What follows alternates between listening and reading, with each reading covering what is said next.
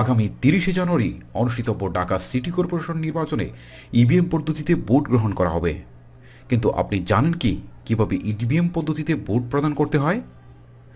আজকের এই ভিডিওতে অত্যন্ত সহজ সরলভাবে আমি আপনাদেরকে শিখিয়ে দিব কিভাবে ইভিএম পদ্ধতিতে ভোট প্রদান করতে হয়।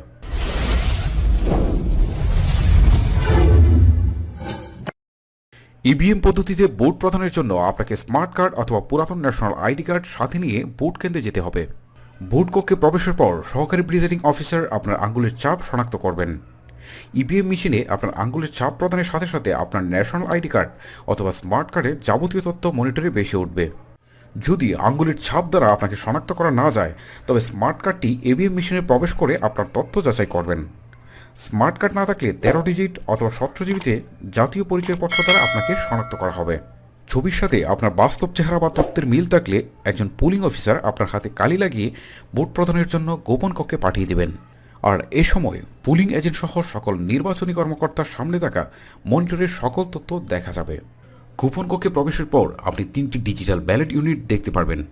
একটি মেয়র প্রার্থীকে ভোট দেওয়ার জন্য, একটি সাধারণ কাউন্সিলর প্রার্থী এবং একটি সংরক্ষিত মহিলা প্রার্থীকে ভোট দেওয়ার জন্য। ডিজিটাল ব্যালট ইউনিটে প্রার্থীর নামের পাশে একটি করে সাদা বোতাম রয়েছে, আর ব্যালট ইউনিটের একদম নিচের দিকে থাকছে সবুজ এবং লাল বাটন। সবুজ বাটনটি কনফার্ম বাটন আর লাল বাটনটি ক্যান্সেল বাটন।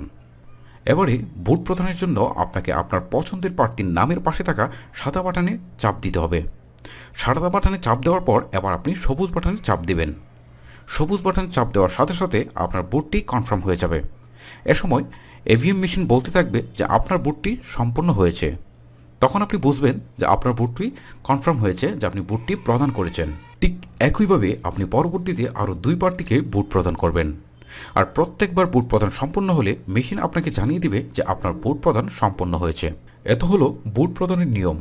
কিন্তু আপনি যদি ভুল করে আপনার পছন্দের প্রার্থীর জায়গায় অন্য কোনো প্রার্থীর নামের পাশে প্রেস করে ফেলেন, তবে কি করবেন? ঘাবড়ানোর কিছুই নেই, সেটারও একটা সমাধান আছে। আপনি যদি ভুল করে আপনার পছন্দের প্রার্থীর জায়গায় অন্য কোনো প্রার্থীর নামের পাশে সাদা বাটনে প্রেস করে ফেলেন, আর যদি তারপর কনফার্ম বাটনে প্রেস করে ফেলেন, তাহলে আপনার ভোটটি কাউন্ট হয়ে যাবে। আর যদি আপনি কনফার্ম বাটনে প্রেস না করে থাকেন, তাহলে আপনি আবার নতুন করে আপনি যে প্রার্থীকে পছন্দ করেন বা যে প্রার্থীকে আপনি ভোট দিতে চান, সেই প্রার্থীটির নামের পাশে আবারও সাদা বাটনে প্রেস করবেন। প্রেস করার পর আপনি আবার সবুজ বাটনে প্রেস করবেন। সবুজ বাটনে প্রেস করার সাথে সাথে আপনার ভোটটি কনফার্ম হয়ে যাবে। আর যদি আপনি 2বার আপনি ভুল করে ফেলেন, সাদা বাটনের প্রেস দেন, আর তৃতীয়বার যখন আপনি প্রেস করবেন, সাথে সাথে কিন্তু আপনার ভোটটি কাউন্ট হয়ে যাবে।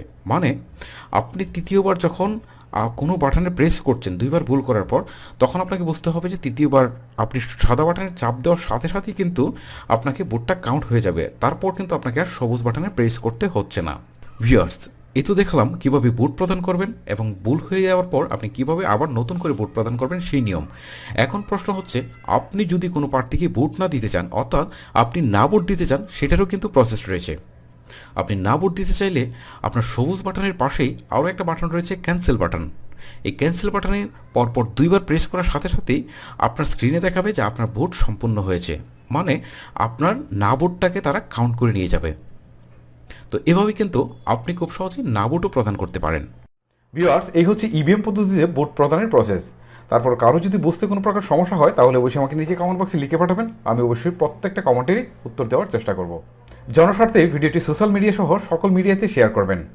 আপনাদের সাথে দেখা হচ্ছে পরবর্তী কোনো রিভিউ বা টিউটোরিয়ালে। তখন পর্যন্ত ভালো থাকবেন, সুস্থ থাকবেন। আল্লাহ হাফেজ।